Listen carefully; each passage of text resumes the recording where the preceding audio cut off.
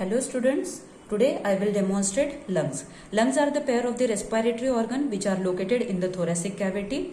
It occupies major portion of the thoracic cavity, leaving a little space for the heart, which is the content of the middle mediastinum. The mediastinum, it is the space which is present in between the two lungs.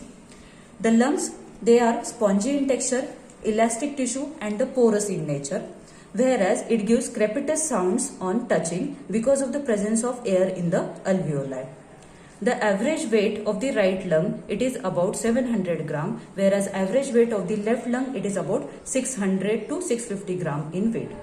About the color of the lung, in the young children, it is pinkish color, grey or the brown in color. But as the age increases, because of the deposition of the carbon particles, it gives mottled black color to the lung.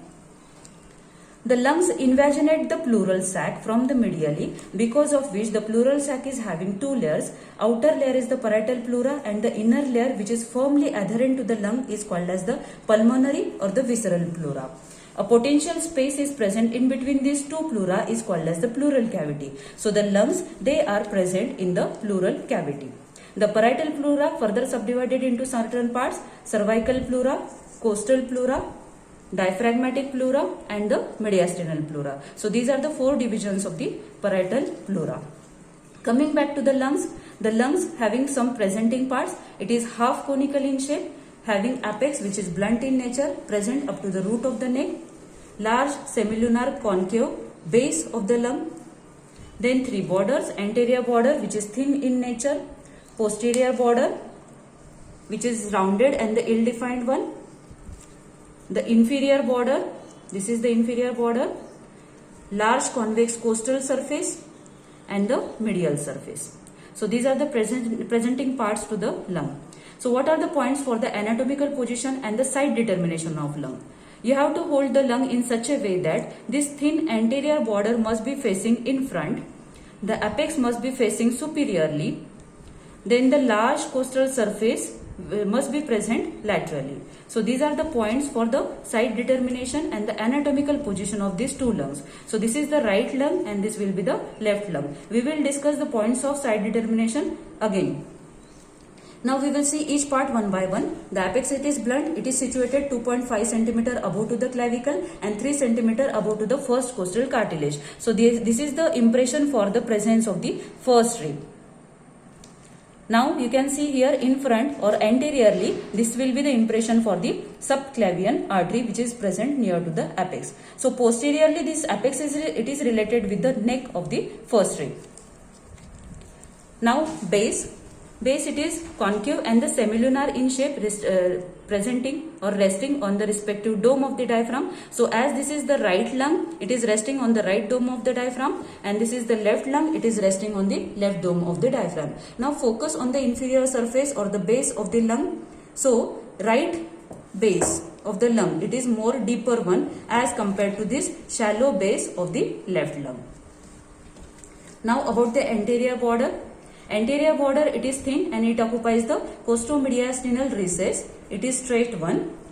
The posterior border, it is rounded and the ill-defined one extending from apex up to the base. So this much extension is from C7 spine to the T10 spine. It is ill-defined one. The inferior border, this is the inferior border which separates this base from the costal surface. So this is the base which is separating from the costal surface of it. For the costal surface, it is large and convex in nature. It is having various impressions for the presence of the ribs. So these depressions are the impressions of the ribs, whereas these elevations are nothing but these are the impressions of the intercostal spaces. So the ribs relations to the midclavicular line, they are the 6 ribs, upper 6 ribs, upper 8 ribs in the mid-axillary line and upper 10 ribs in the spinal line. Now for the medial surface. The medial surface is again subdivided into large mediastinal part and the small vertebral part. Large mediastinal part is extending from the anterior border up to the root of the lung, whereas posterior part, it is extending from root of the lung up to the posterior border. So this part of the surface, medial surface, is called as the vertebral part, which is related with the intervertebral disc, thoracic vertebrae, posterior intercostal nerve and the splanchnic nerve. So this is the vertebral surface of the medial surface and this is the mediastinal part of the vertebral surface. The structures which you are looking over here is nothing but the root of the lung or the hilum of the lung. The root of the lung, it is a short, broad pedicle into which structure either enter or come out of the lung. This is the pulmonary pleura and the visceral pleura. These are continuous with each other at this root of the lung. The pulmonary pleura, after covering this root of the lung, extend downward to form the pulmonary ligament. So this will be the pulmonary ligament, which provides a dead space for the enlargement of this pulmonary vein. As you all of you know, there is the negative intrathoracic pressure is present. During deep inspiration, the pressure becomes more negative and the venous return is more in number. So to dilate these pulmonary veins, we have to provide some space, and this is provided by the pulmonary ligament. So you can better see on this lung, this is the pulmonary ligament. So structures present at the root of the lung, they are different for the right lung and they are different for the left lung also. So now the right lung, it is divided into 3 lobes. This is because of the presence of the oblique fissure and the horizontal fissure. Oblique fissure cuts the lung throughout the whole thickness except at the root of the lung. This is the oblique fissure which cuts the posterior border and the inferior border. So it is cutting posterior border 6 cm below to the apex, and it is cutting inferior border 5 cm lateral from the median plane. And one horizontal fissure is present. So because of which the lobes are this is the upper lobe, this one is the triangular middle lobe, and this one is the inferior lobe. So because of the presence of the oblique fissure, the upper lobe and the middle lobe, they are present at the anterior part, and the inferior lobe is present posteriorly. For the left lung, we are having only oblique fissure. Again, it is cutting the lung in its whole thickness, because of which it is divided into upper lobe and the middle lobe. Now one prominent point about this anterior border is that the anterior border of the left lung, it is interrupted by this presence of the cardiac notch.